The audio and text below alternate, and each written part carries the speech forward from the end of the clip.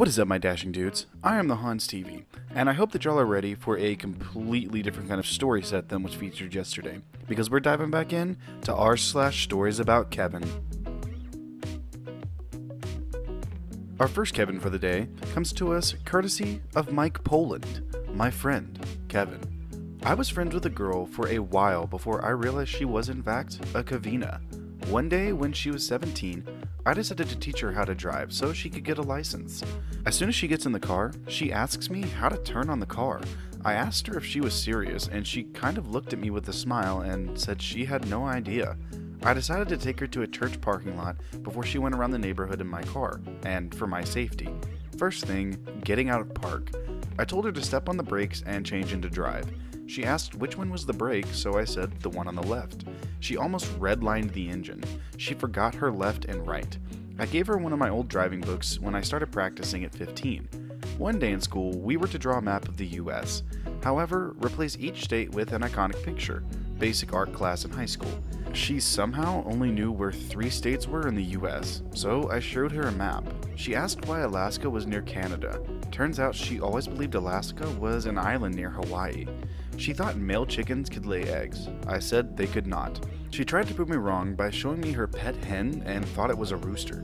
She tried to explain how it was so weird how bananas grew. I asked, how so? She said, who were the first people to pick a banana from the ground? She thought they grew like onions. She is trying to go into the Coast Guard, but I'm not sure she will make it past MEPS. Well, considering the Coast Guard's ASVAB minimum score is a 36, maybe she will, maybe she won't, who knows. Our next post comes to us from Winter F19. Mrs. Covina, my grade 6 teacher. I had the same teacher for grade 5 and 6, and she was most definitely a Covina.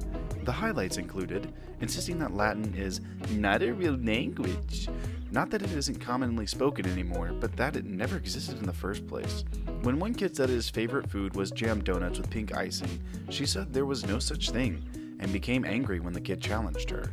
Told me not to use big words in my writing assignments, but wouldn't explain what that meant. When one kid said he hadn't had breakfast, she yelled at him for it, in front of the class, saying that his house actually did have milk and bread, as they're staples of every household. When the kid said that his dad hadn't gone shopping so there was no food, she told him that he was wrong and just too stupid to find it. Pretty sure that kid also didn't have lunch that day. When more girls said that her family had immigrated from Yugoslavia, our teacher replied with, "That's not a real country." By that stage, it would have broken up, but when her family left, it was still one country, and as far as they were concerned, they were Yugoslavian. Mrs. Covina further isolated this girl by showing her a map and yelling at her that she was wrong. The poor girl was so confused. Now that I've typed it all out, maybe she wasn't exactly a Covina, but just a horrible arsehole of a teacher. No, OP, I'm pretty sure your teacher was a Covina.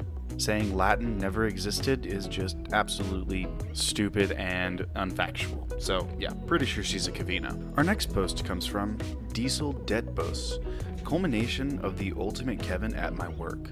So this might be all over the place, but let me start by saying there is a guy at my work who, the more I get to know him, the more I understand he is the literal definition of a Kevin.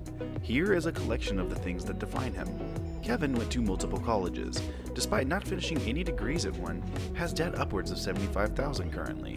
Kevin said to me that he plans on losing weight, but only after his doctor tells him to. Meanwhile, he's actively eating bags of candy and Mountain Dew all day, while he probably weighs about 250 or so. He once said his doctor tells him he's overweight. He will shed the pounds like nothing. Kevin has no money for things because he consistently buys irrational items. For example, he never plays PlayStation much these days, he told me. However, he wants more space for his cloud-based games. I advised him to simply delete the ones he's not playing. He insisted on buying another PlayStation with his credit card for more storage in 2 places. His diet consists of a bagel with cream cheese and Mountain Dew for breakfast.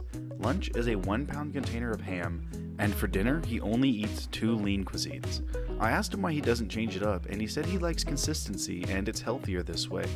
He gets to work 2 hours early despite not needed to be in until 9 a.m., so he arrives before 7 a.m. I asked him why not change the alarm clock to sleep in, and his response was, "I get up at 6 and I am super sleepy, so I come to work to wake up. Otherwise, I would just fall back asleep." He recently broke up with his significant other because she kept asking him to pay her bills and she doesn't understand how to use a checking account, i.e., she was unaware of the routing number and account number. It was too confusing. He had enough of her stupidity, so he broke it off. Solid move, I think. He sold his car at a $6,000 loss, but justified it because the new car was electric and he wants to save the environment. I asked him what he wants to do with his career, and he insists he just wants to play video games for a living, despite never streaming once and having a Kevin personality. He always will ask people for advice and adamantly disagree with any advice given just to start arguments. And his famous quote is, "It's my life, I will do what I want." Well then, why ask others for their opinion? He said he loves his job and wants to be here forever, but somehow every day before noon, he's annoyed and wants to go home. He will join most of the higher-up meetings we have, and when we ask why he is there, he said he wants to learn. Okay, sounds great. Solid initiative. However, when anyone asks him what he learned or what was said in the previous meeting, he has no clue because he is on his phone the entire time. His busiest day was when he had to answer 8 phone calls in an 8-hour day. He said we should hire him an assistant to help him with his workload. He has been catfished multiple times on dating sites. He constantly falls for email phishing scams and needs to have IT re-image his machine monthly. He also buys a new TV every few months, stating the technology gets old quick and the screen does not good after so many hours. Maybe this could be part of his money problems? I know I'm missing tons of other stories, and I will, in good faith, add comments or new stories here once they come up. This guy sounds like a straight up lazy idiot. Enough said. Our photo post for the day comes from The Real Lilith. Covina wants to be a doctor. I met this girl in high school, and to this day, I still don't know how someone can be so dumb. Here are some things that she said to the teachers during class. The capital of Sao Paulo, the city where we live, is Osasco. Osasco is a district. We have holes in the ozone layer because of all the meteors that cross it on a daily basis, not because of the pollution. Pepperoni is an animal. Marble is made out of wood. We have earthquakes and tsunamis. We don't have it at all in Sao Paulo and Rio de Janeiro because we are close to Japan? The reason why oil and water don't mix is because of photosynthesis. She wants to be a doctor and even created an Instagram page where she sells her clothes to afford college. If she ever becomes a doctor, I'm going to live in another country.